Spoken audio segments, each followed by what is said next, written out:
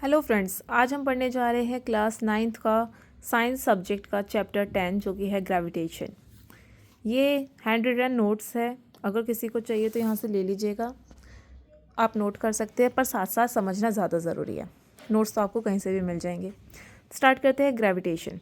Gravitation में सबसे पहला आपके पास डेफिनेशन आ जाती है सेंट्रीपिटल फोर्स की। The force that causes this acceleration. क्या कह रहा है कि अगर हिंदी में बताऊं तो अगर कोई भी ऑब्जेक्ट आपका सर्कुलर पाथ में मूव कर रहा है, कोई बॉडी अगर मूव कर रही है सर्कुलर पाथ में, तो वो मूव क्यों कर रही है सर्कुलर पाथ में, कैसे कर रही है, बाहर क्यों नहीं जा रही है, सर्कुलर पाथ से डायरेक्शन उसका बाहर क्यों नहीं जा रहा है। वो इसलिए नहीं जा रहा है क्योंकि एक फोर्स है जो उसे सेंटर की तरफ खींचे हुए है, टूवर्ड्स द सेंटर एक फोर्स उस पर लग रहा है। वो फोर्स कौन सा होगा? वो फोर्स होगा सेंट्रीपिटल फोर्स। ठीक है। नेक्स्ट यहाँ पे टॉपिक है universal law of gravitation. Every object in the universe attract every other object. हर एक ऑब्जेक्ट यूनिवर्स में अट्रैक्ट करता है, खींचता है हर दूसरे ऑब्जेक्ट को विद अ फोर्स, एक फोर्स के साथ जो कि प्रोपोर्शनल होता है to the product of their masses, जो कि डिपेंड करता है उनके मासेस के प्रोडक्ट पर। प्रोडक्ट मतलब उनके मासेस को मल्टीप्लाई करेंगे हम, उस पर डिपेंड करेगा। प्रोपोर्शनल का मतलब ये होता है अगर मासेस ज़्यादा होगा, मास ज़्यादा होगा तो फोर्स भी आपका ज़्यादा हो जाएगा, अगर मास कम होगा तो फोर्स आपका कम हो जाएगा। और इन्वर्सली प्रोपोर्शनल का मतलब होता है कि अगर कोई चीज़ ज़्यादा है तो वो कम हो जाएगी, दूसरी चीज़ कम होगी, और अगर कोई चीज़ कम है तो दूसरी चीज़ जो है वो ज़्यादा हो जाएगी। ठीक है, आगे पढ़ते हैं। And inversely proportional to the square of the distance between them. किसके इन्वर्सली प्रोपोर्शनल होता है? जो दो ऑब्जेक्ट है उनके बीच में जो डिस्टेंस है उसके स्क्वायर के इन्वर्सली प्रोपोर्शनल होता है। The force is along the line joining the centres of two object. ये फोर्स किस किस लाइन पर लगेगा? जो कि दो ऑब्जेक्ट्स के जो सेंटर है उनको जो जोड़ रही है ना लाइन, उसके अलोंग लगता है। ठीक है, यहाँ पर आप डायग्राम बनाएंगे, एग्जाम में आपको डायग्राम भी बनाना है और ये पूरा आपको सॉल्व भी करना है। ठीक है, तो ये हमारा एक ऑब्जेक्ट हो गया, ये आपके पास यहाँ पे दूसरा ऑब्जेक्ट हो गया।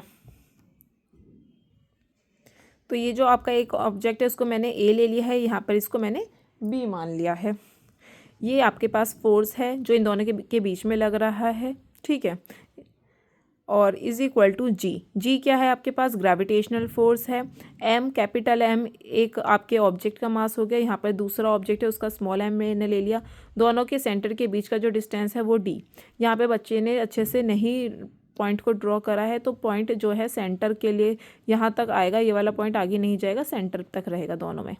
ठीक है, अब पहली लाइन हमने क्या पढ़ी थी कि जो फोर्स होता है वो डायरेक्टली प्रोपोर्शनल होता है to the product of their masses. तो फोर्स जो है डायरेक्टली प्रोपोर्शनल है, यहाँ पे कैपिटल एम आएगा मल्टीप्लाई स्मॉल एम। फिर फोर्स जो है इन्वर्सली प्रोपोर्शनल है, मतलब 1/d²। इन्वर्सली के लिए हम डिनोमिनेटर में लिखते हैं। अब इन दोनों को अगर हम बराबर रखें तो एफ इज इक्वल, एफ किसके प्रोपोर्शनल हो जाएगा? m इंटू एम अपॉन में d²। अब जब ये प्रपोर्शन का साइन हटेगा तो मेरे यहाँ पे क्या आ जाएगा? इक्वल टू जी भी आ जाएगा, ऐड हो जाएगा साथ में। ठीक है, अब आप क्या कर दोगे? यहाँ पे कर दोगे क्रॉस मल्टीप्लाई, तो f(d²) is equal to g(mm)। जहाँ पर g को अगर हम निकालें तो g की वैल्यू क्या आ जाएगी? f(d²) अपॉन में m into M, capital M into small m। आगे बढ़ते हैं। g is the constant of proportionality and is called universal gravitational constant. G क्या है? कांस्टेंट ऑफ प्रोपोर्शनैलिटी है। ऐसा यूनिट क्या होती है जी की? न्यूटन मीटर स्क्वायर पर किलोग्राम स्क्वायर। वैल्यू क्या होती है जी की? 6.673 इंटू 10⁻⁻11 न्यूटन मीटर स्क्वायर पर किलोग्राम स्क्वायर। नेक्स्ट टॉपिक है इंपॉर्टेंस क्या होती है यूनिवर्सल लॉ ऑफ ग्रेविटेशन की, इसकी इंपॉर्टेंस क्या है? पहला पॉइंट आ जाता है the force that bind us to the earth. वो फोर्स ग्रेविटेशन फोर्स की वजह से हम क्या है? बाइंड है इस अर्थ में, वरना हम सब क्या करने लग जाते? उड़ने लग जाते। ठीक है, द मोशन ऑफ, जैसे कि एप्पल आपने एप्पल देखा है, एप्पल जब टूटता है पेड़ से तो वो नीचे ही गिरता है, ऊपर की तरफ क्यों नहीं उड़ता है? क्योंकि ग्रेविटेशनल फोर्स है जो कि अर्थ का ग्रेविटेशनल फोर्स जो उसको खींच रहा है अपनी तरफ। नेक्स्ट आ जाता है the motion of the moon around the earth. जो मून है वो सर्कुलर पाथ में मूव कर रही है अराउंड द अर्थ, वो भी किस वजह से कर रही है? ग्रेविटेशनल फोर्स की वजह से। The motion of planets around the sun, the tides due to the motion and the sun. जो टाइड्स है वो किस वजह से, ड्यू टू द मून, जो मून और सन की वजह से जो टाइड्स है वो भी किस वजह से आ रही है, due to the gravitational force. Next आ जाता है free fall. Whenever object, जो अभी मैंने एग्जांपल दिया आपको एप्पल का, वो इसमें ही आ जाएगा फ्री फॉल में। Whenever object fall towards the earth under this force alone we say that objects are in free fall. जब कोई ऑब्जेक्ट फॉल करता है अर्थ की तरफ किस फोर्स की वजह से, ग्रेविटेशनल फोर्स की वजह से, तो उस ऑब्जेक्ट को हम क्या कहते हैं, फ्री फॉल। रिलेशन बताइए स्मॉल जी और कैपिटल जी में। तो देखिए आपको पता है फोर्स का जो फॉर्मूला होता है वो होता है mg, और अभी जो हमने ग्रेविटेशनल फोर्स वाला जो फॉर्मूला पढ़ा है वो क्या पढ़ा है, F = g m/m/d²। तो अब इन दोनों फोर्स के जो RHS थे हम दोनों को क्या करेंगे, एक दूसरे के बराबर रख देंगे। बराबर मैंने यहाँ पे रख दिया तो स्मॉल m इस स्मॉल m को काट देगा, ठीक है। तो फिर क्या मिलेगा मुझे, small g = capital G m/d², ठीक है। इतना आपको यहाँ पे मिल गया।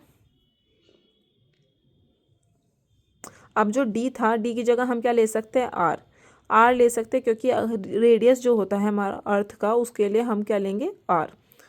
तो यहाँ पर इसलिए इन्होंने क्या करा है, स्मॉल g = g m/r², क्या है, r जो है रेडियस ऑफ अर्थ है, ठीक है। चलिए, as the radius of the earth increase from the poles to the equator.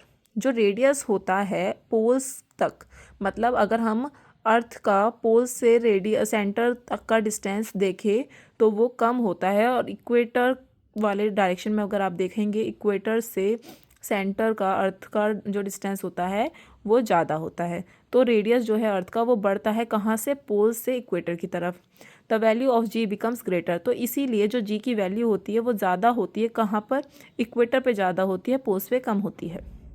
मतलब इक्वेटर पोल्स के मुकाबले इक्वेटर पर ज़्यादा मिलेगी। स्मॉल जी की वैल्यू जो होती है वो होती है 9.8 मीटर², और कैपिटल जी की वैल्यू होती है 6.7 × 10⁻⁻11 न्यूटन पर मीटर²।